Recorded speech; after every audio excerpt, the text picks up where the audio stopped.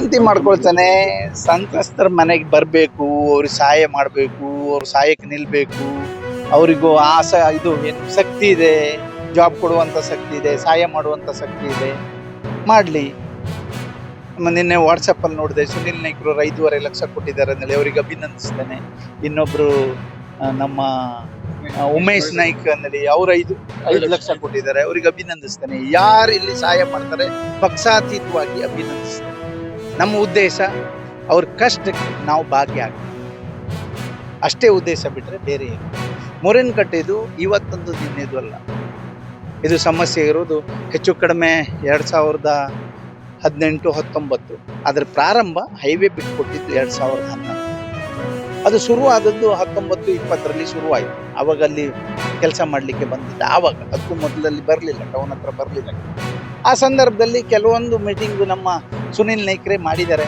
A C ಅವ್ರನ್ನ ಇಟ್ಕೊಂಡು, DSP ಇಟ್ಕೊಂಡು, ಆ ಊರಿನವ್ರು ಇಟ್ಕೊಂಡು, ಆ ಊರಿನವ್ರ ಮನವಿನೂ ಕೊಟ್ಟಿದ್ರು. 5 ವರ್ಷ ಏನು ಮಾಡಿದ್ರು ಪಾಪ. ಕಾಗೇರಿಯವರು ಸ್ಪೀಕರ್ ಆಗಿದ್ರು, ಅವರಲ್ಲಿಂದ ಆದೇಶ ಆದರೆ ಅದು ಕಾನೂನು, ಅದು ಪಾಲನೆ ಮಾಡಲೇಬೇಕು ಅಂತ ಒಂದು ಅದ್ಭುತವಾದಂಥ ಪೀಠದಲ್ಲಿ ಕೂತ್ಕೊಂಡಿದ್ರು 5 ವರ್ಷ. ಅವ್ರಿಗೆ ಆವಾಗ ಮೊರೇನ್ ಕಟ್ಟೆ ನೆನಪಾಗಲಿಲ್ಲ. ಸುನಿಲ್ ನಾಯ್ಕರು MLA ಇದ್ರು, ಆವಾಗ ಮೀಟಿಂಗ್ ಎಲ್ಲ ಮಾಡಿದ್ರು. 5 ವರ್ಷವರೆಗೆ ಏನೂ ಮಾಡಲಿಲ್ಲ. ಅನ್ಯಕೊಮ್ಮನವ್ರಿಗೆ ಸಪೋರ್ಟ್ ಮಾಡ್ತಾ ಇದ್ರು ಅಥವಾ ಯಾರಿಗೆ ಮಾಡ್ತಾ ಇದ್ರು ನಾನು ಹೇಳಲಿಕ್ಕೆ ಹೋಗೋದಿಲ್ಲ, ನೀವು ತಿಳ್ಕೊಳ್ಳಿ. ಅವ್ರಿಗೆ ಆಸಕ್ತಿ ಇದ್ದದಿದ್ರೆ ಅವ್ರು ಮಾಡಬೇಕಿತ್ತು. ಅವಾಗ ಯಾಕೆ ಮಾಡಲಿಲ್ಲ? ಈಗ ನಾವು ಮಾಡ್ತೇವೆ, ನಾವು ಮಾಡಿದ್ದು, ನಾವು ಮಾಡ್ತೇವೆ. ಸುಮ್ಮನಿರಿ ಅಂದರೆ ಸುಮ್ಮನೆ ಇರೋದು. ಏನು ಮೂಲ ಎಲ್ಲಿತ್ತು ಏನು ಎಲ್ಲ ಪರಿಶೀಲನೆ ಮಾಡ್ಲಿಕ್ಕೆ ಅದು ಹೇಗಿತ್ತು ಏನು, ಅಲ್ಲಿ ಏನು ದೇವ್ರು ನಾವು 2 ವರ್ಷ ಬರ್ತದೆ. ಅದು ಇಲ್ಲಾಂದ್ರೆ 2 ವರ್ಷಕ್ಕೊಂದ್ಸಲ ಅದು ಬರ್ತದೆ. ಅದು ಶಿರ್ಸಿ ಜಾತ್ರೆಗೆ ಹೋಗಿ ಮುಟ್ಬೇಕು, ಅದು ಬರುವಂಥದ್ದು. ಅದು ಮಾರಿ ಹೊರೆ ಅಂತ ಹೇಳ್ತಾರೆ. ನಾವೆಲ್ಲ ಕೈ ಮುಗಿತೇವೆ, ಭಕ್ತಿಯಿಂದ ನೋಡ್ಕೊಳ್ತೇವೆ, ಪೂಜೆ ಮಾಡ್ತೇವೆ. 7 ದಿವಸ 11 ದಿವಸ 17 ದಿವಸ ಹೀಗೆ ಅಷ್ಟು. 17 ದಿವಸ ಎಲ್ಲ ಇಟ್ಕೊಳ್ಳೋದಿಲ್ಲ, 11 ದಿವಸ ಹೆಚ್ಚಂದ ಭಾಳ ಟೈಮ್ ಆಯಿತು. ನಾನು ವಿನಂತಿ ಮಾಡ್ಕೊಳ್ತೇನೆ, ದಯವಿಟ್ಟು ಇದರಲ್ಲಿ ರಾಜಕಾರಣ ಮಾಡಲಿಕ್ಕೆ ಹೋಗ್ತಾರೆ. ಇವ್ರಿಗೆ BJP ಅವರಿಗೆ ದೇವಸ್ಥಾನ ಮತ್ತು ಹೆಣ ಬಿಟ್ಟರೆ ಬೇರೆ ಏನೂ ಸಿಗೋದಿಲ್ಲ. ಅವ್ರ ಅಭಿವೃದ್ಧಿನೂ ಮಾಡೋದಿಲ್ಲ.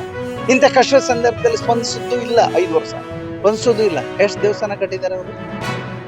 ಇಲ್ಲಿ ಎಷ್ಟು ದೇವಸ್ಥಾನ ಬಿದ್ದೋಗೋ ಪರಿಸ್ಥಿತಿಯಲ್ಲಿ ಇದೆ. ಆ ದೇವಸ್ಥಾನ ಕಾಣೋದಿಲ್ಲ ಇವರಿಗೆ.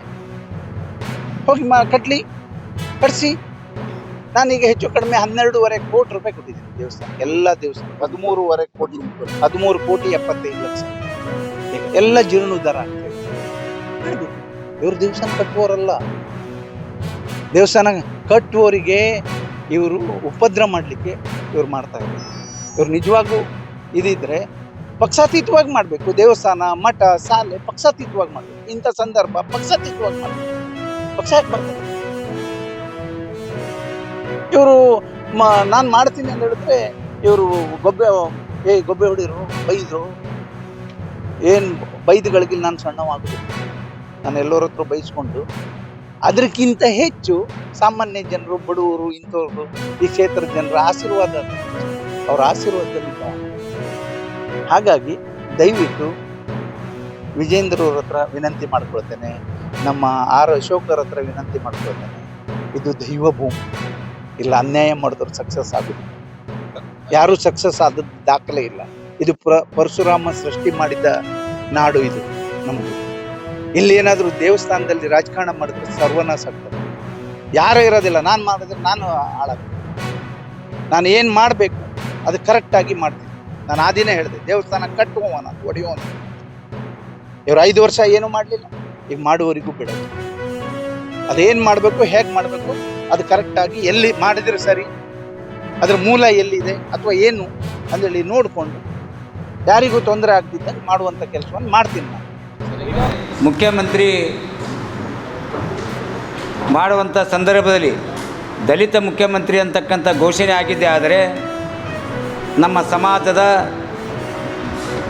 ಹಿರಿಯರು, ಮಾದಿಗ ಸಮಾಜದ ಧ್ವನಿಯಾಗಿರುವ ಮತ್ತು ಪಕ್ಷದಲ್ಲಿ ಸಕ್ರಿಯವಾಗಿ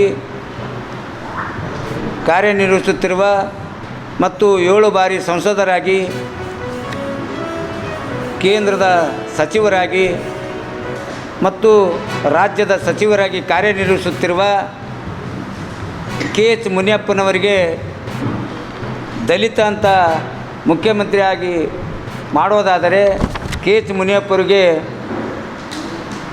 ಮುಖ್ಯಮಂತ್ರಿ ಮಾಡಬೇಕು. ಒಂದು ವೇಳೆ ಮುಖ್ಯಮಂತ್ರಿ ಮಾಡದೇ ಹೋದರೂ ಕೂಡ ಉಪಮುಖ್ಯಮಂತ್ರಿಯಾಗಿ ಕೂಡ ಘೋಷಣೆ ಮಾಡಬೇಕು.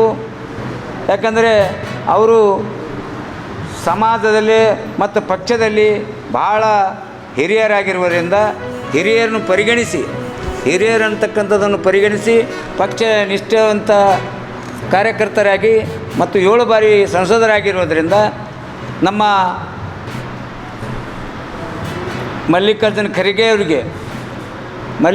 ಖರ್ಗೆಜಿ ಅವರಿಗೆ ಯಾವ ಥರ ಒಂದು ಒಳ್ಳೆಯ ಸ್ಥಾನಮಾನ ನೀಡಿದಿರಿ, ಅದೇ ಥರ ಅವರ ಸರಿಸಮನರಾಗಿರ್ತಕ್ಕಂಥ KH ಮುನಿಯಪ್ಪನವರು ಕೂಡ ಒಂದು ಉಪಮುಖ್ಯಮಂತ್ರಿ ಸ್ಥಾನವಾದರೂ ಕೊಡಬೇಕು ಅಂತಕ್ಕಂಥದ್ದು ಎಲ್ಲ ನಮ್ಮ ಗುಲ್ಬರ್ಗ ಜಿಲ್ಲಾ ಮಾದಿಗ ಸಂಘಟನೆಗಳ ವತಿಯಿಂದ ನಾವು ವರಿಷ್ಠರಲ್ಲಿ ಮನವಿ ಮಾಡಿಕೊಳ್ತೀವಿ. ಅದರಂತೆ ನಮ್ಮ ಸಮಾಜ ಇನ್ನೊಬ್ಬರಾದಂಥ ಮಾದಿಗರ ಧ್ವನಿಯಾಗಿ,